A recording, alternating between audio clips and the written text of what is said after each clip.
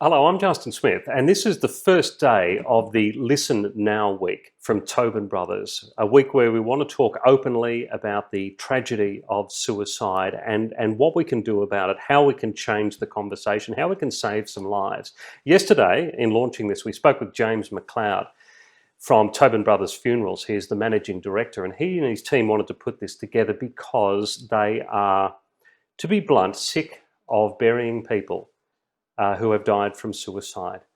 And that is why they are doing this. And one thing we wanted to do in this is make sure that the Lifeline number is not an afterthought, not something we put at the end. The number is coming up on the screen right now. And if you are suffering, if you need to talk to somebody, if you are having thoughts, please call that number and talk to them about it. Talk it through. I want you to listen to this interview. This is Joe Meggetto. Joe is a great guy. He's a dairy farmer from Gippsland, and you'll see the beautiful backdrop of his farm and the place that he lives in. And even though he's got that beautiful backdrop behind him, he's still struggled and has struggled for years with his mental health and had deep thoughts and plans about taking his own life. And he's very passionate about telling his story, and here he is. Joe, you've been incredibly good about speaking out about mental health and things like suicide. First of all, I sort of want to start at the end. How are you feeling these days? Look, I'm pretty good. Honestly, I've been a bit flat the last few days. It's funny that we've got this interview here today, but just a 23-year-old local boy in the town here.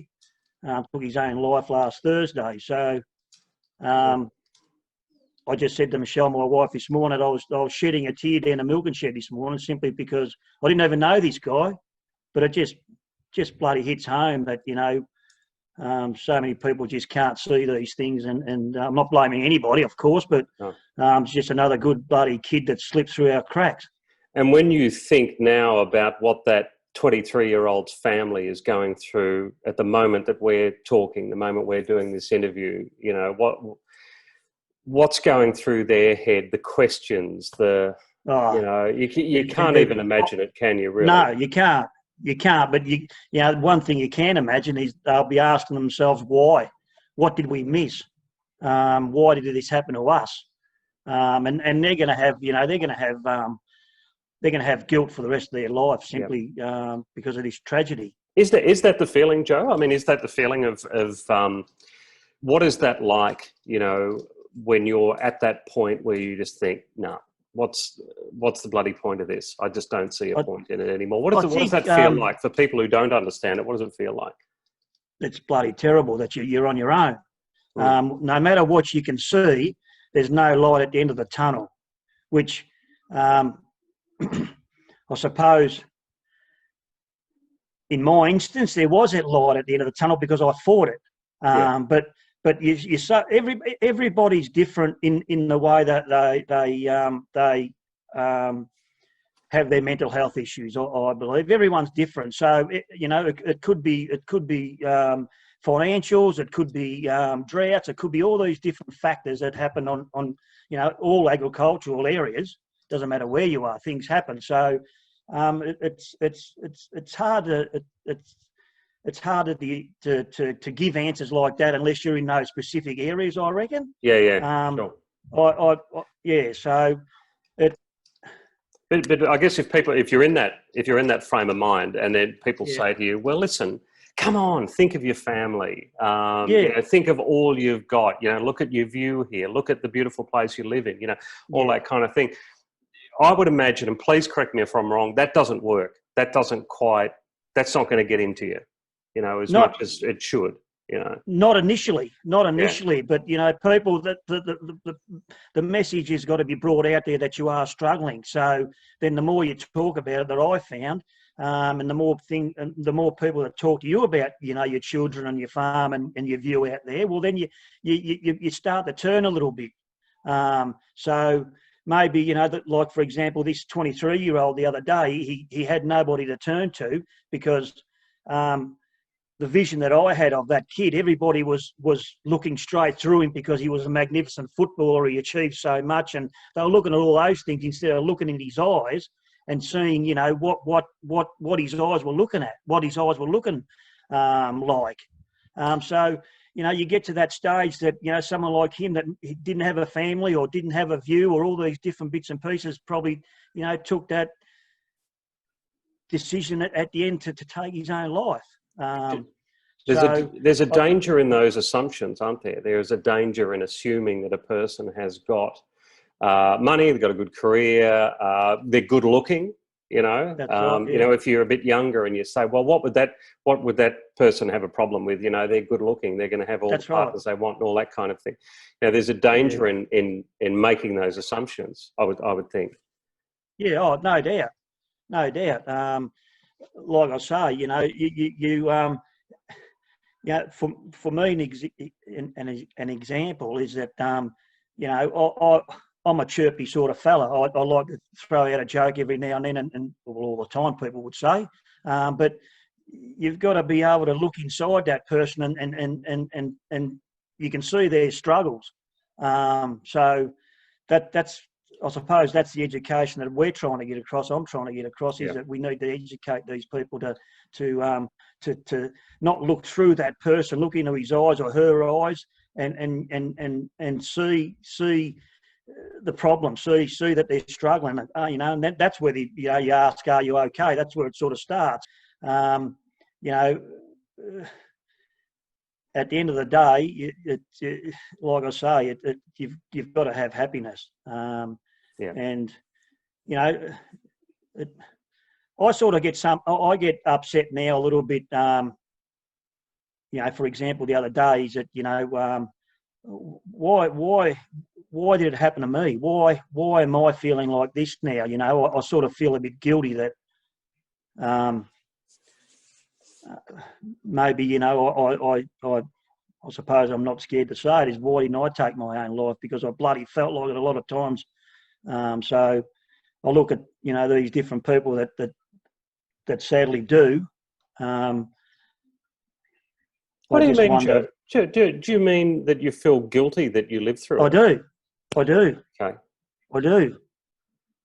At the moment, I do. I look back and think, you know, there's you know, probably half a dozen around here that in the last, you know, 10, 15 years have taken their own life, and I just sometimes I feel bloody guilty. Why do I deserve to get through? That's right. What you mean? Why do I deserve to get through? Okay. Yeah. What do you do when you feel like that? I get down. I really do. I like I said, I shed tears this morning, and I still feel a bit down. And I'll bring up one of my mates this afternoon, and later on have a chat. And, you know, this is good right now. Yeah. Okay. Letting it all out a bit. So yeah, you feel a little bit of guilt that yeah, it's bloody disappointing. That chat with your mate that you're going to have this afternoon, and that you're having now, but the chat you're going to have later, I would imagine now that it's a no bullshit chat these days. No. That you just ring up and say, mate, I'm crap. I feel like crap. I need to talk about it, as opposed to, oh, you know, hey, did you see the Tigers on the weekend, or you know, and sort of dancing around it. I would imagine you just get straight to it these days. Is that the trick? Yeah, that's.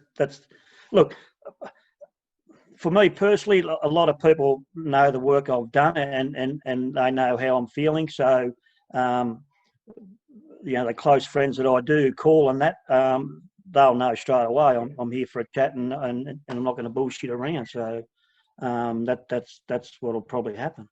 Doesn't it make a big difference? Because I know, you know, just for myself, that I've got friends like that I can call up and say, you just cut straight to it. You know, you don't have that 20 minutes beforehand of just trying to get around to the fact, oh, geez, I don't feel great today. I feel a bit, you just get straight to it. The importance of that is so much. That seemed to be the breakthrough for you, from what I'd seen, is that you started actually talking about it. And what did that feel like when you broke that down and you started saying to your wife and to professionals, no, I'm struggling?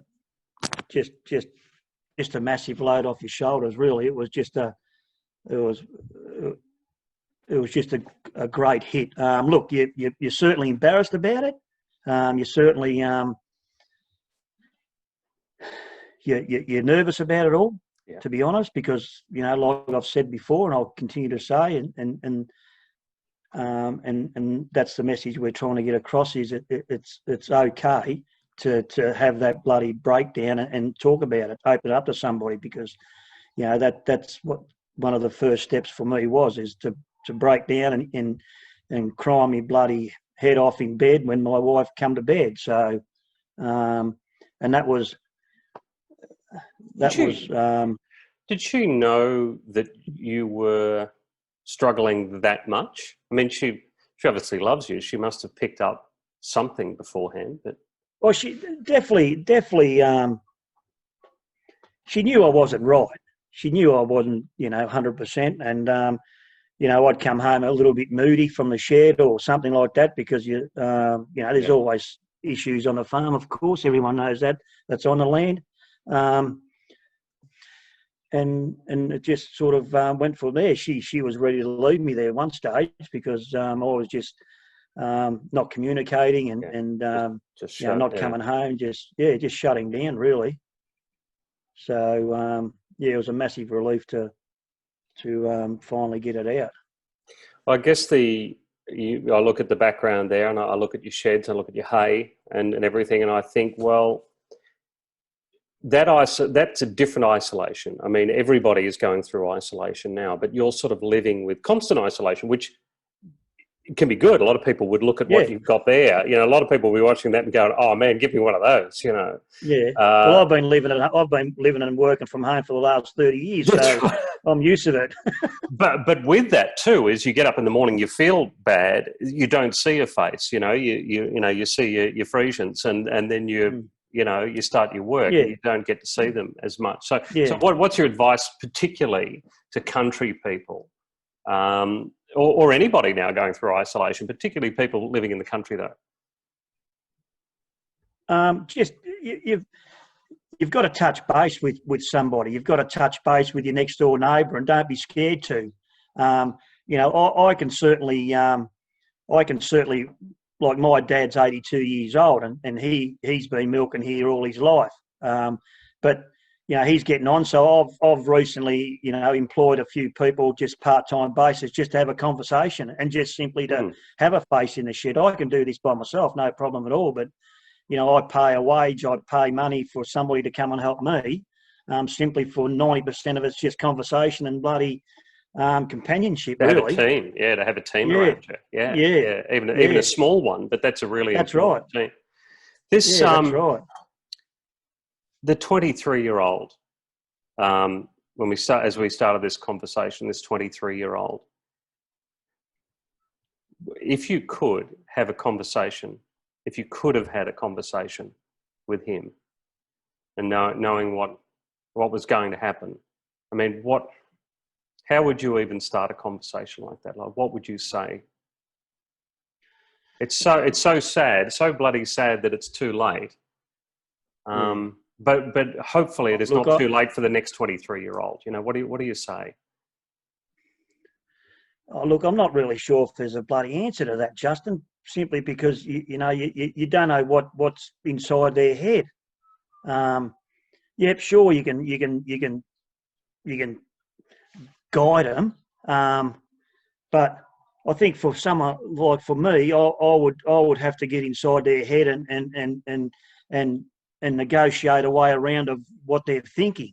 You've got to find out what's bothering, because, like I said before, different things bother different people. So, financial and all that sort of stuff. And but can you get inside somebody's head though by having that conversation or by starting it? I think so. If you're prepared to, if you're prepared to listen. If you're prepared to listen and ask, ask the right questions, which is different for everybody. I strongly believe you could. You could. Yeah. Joe, I thank you very much for the chat. Thanks for being so open, and thanks for being one of those guys who has been there, who can tell people what it feels like and what they've got to start doing about it. And I guess they've just got to start talking is the key. Yeah, that's right. My advice to everybody, and I've said it all along, is that don't be embarrassed about it. Don't be shy, but don't be scared about your mates, because at the end of the day, your mates are there for you, and that's happened to me. I've opened up to my mates, and they know about what's going on, and it's just it's you're never going to get over it. I've always said you're never going to get over it. You've just got to manage it. But for somebody that's feeling down right now, or thinking negative about their life, well, talk to somebody. I've always said ring me, but talk to your mum or your dad, because at the end of the day they love you, and they don't want to see something so sad happen to them. Yeah. When it could be things could be worked out, and that young life or whoever saved. So they've got to really open up and ask them how you're going. I just come home last night and just asked my kids how they're going. I do all the time now. And hopefully they'll get as they grow older, they'll get a bit more confidence in answering that question honestly and straight out with it, if they have got an issue. So, look, I appreciate the chat, and I sort of hope you get something out of it. I will. We will. Absolutely, Joe. Yeah. How do you feel after having a chat to me now? Yeah, better. Yeah, I like opening up about it. I've always said, talking about it, because I do a bit of public speaking, and when you talk about it like this, it's probably the best medicine you can get. Yeah. It's like being poisoned, isn't it? And you've got to flush it out, and the talking seems to flush it out a bit. That's a way of putting it. Yeah. Yeah. I suppose that's a way of putting it. Yeah. Okay. Good to meet you. You too, Joe. Thanks, mate. Okay. See ya. Bye-bye. Yeah.